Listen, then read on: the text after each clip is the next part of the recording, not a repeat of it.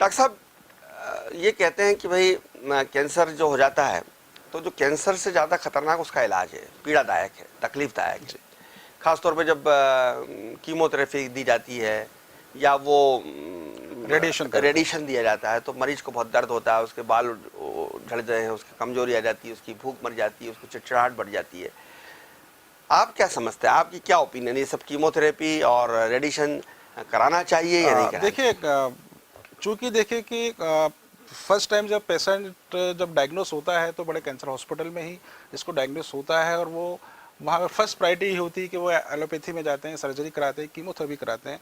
मेरा ये मानना है कि सर्जरी कीमोथेरेपी फिर भी एक प्रकार तक तो ठीक है, परंतु उसके बाद में जो रेडिएशन जो करते हैं, रेडिएशन के बाद में वहाँ के जो लिम्फ नोड्स हैं, वहाँ के जो आसपास की जो ग्लैंड्स हैं वो जो जल जाती हैं, उसके बाद में जो नेक्रोसिस होता है वो सबसे ज़्यादा खतरनाक होता है।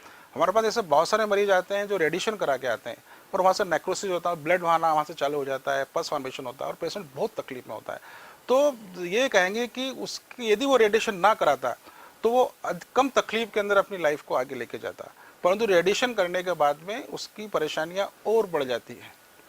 तो रेडिएशन बहुत ज़्यादा खतरनाक है। कीमोथेरेपी तो खतरनाक है ही, परंतु उससे ज़्यादा खतरनाक रेडिएशन है। मुझे ये भी सुनने में आया था, मैंने किसी को सुन रहा था, तो उन्होंने कहा कि एक बड़े आयुर्वेदाचार्य थे वो, उन्होंने कहा कि जैसे ही कैंसर में नाइफ लगता है, चाकू लगता है और ब्लड बाहर आता है, तो कैंसर कम होने के बजाय फैल जाता है। ये धारणा किस तरह से आप? बिल्कुल सही कहा। देखिए, हमारा भी कॉन्सेप्ट यही है। हम भी ये कहते हैं कि जब डायग्नोसिस हम जब करने जाते हैं तो सीटी स्कैन और एमआरआई के अंदर में पता लग जाता है कि कैंसरस है, नेक्रोटिक उसमें है, मेटास्टेटिस है, और परंतु हमारे डॉक्टर बोलते हैं कि आपको बायोप्सी करना है, और जैसे ही हम उसको बायोप्सी करते हैं, उसको छेड़ते हैं, तो वो छोटा सा अल्सर, छोटा सा जो घाव होता है, छोटा सा छाला होता है, वो फिर दिन दूनी रात चौगनी वृद्धि करना स्टार्ट करता है, और वो बीमारी को और बढ़ा देता है।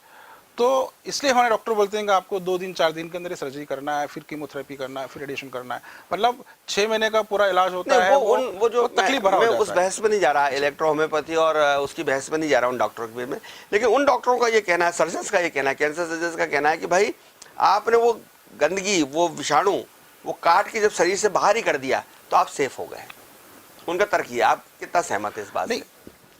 एक बार जब कैंसर हमारे शरीर में आ गया है तो पूरे शरीर के अंदर फैल चुका होता है। हम उसको काट देते हैं, परंतु वो 2 महीने, 4 महीने, 6 महीने बाद फिर रिकरेंस होता है, और जब रिकरेंस होता है तो ना तो उसकी सर्जरी की जा सकती है। ऐसे भी पेशेंट हमारे पास आते हैं जो 5-5 सर्जरी करा चुके होते हैं, फिर भी कैंसर बढ़ ही रहा है। तो मरीज तो बोल रहा है कि सर्जरी करने से इसको और तकलीफ बढ़ हो रही है। तो सर्जरी तो कैंसर का इलाज ही नहीं है, उससे कैंसर और बढ़ता है। जी।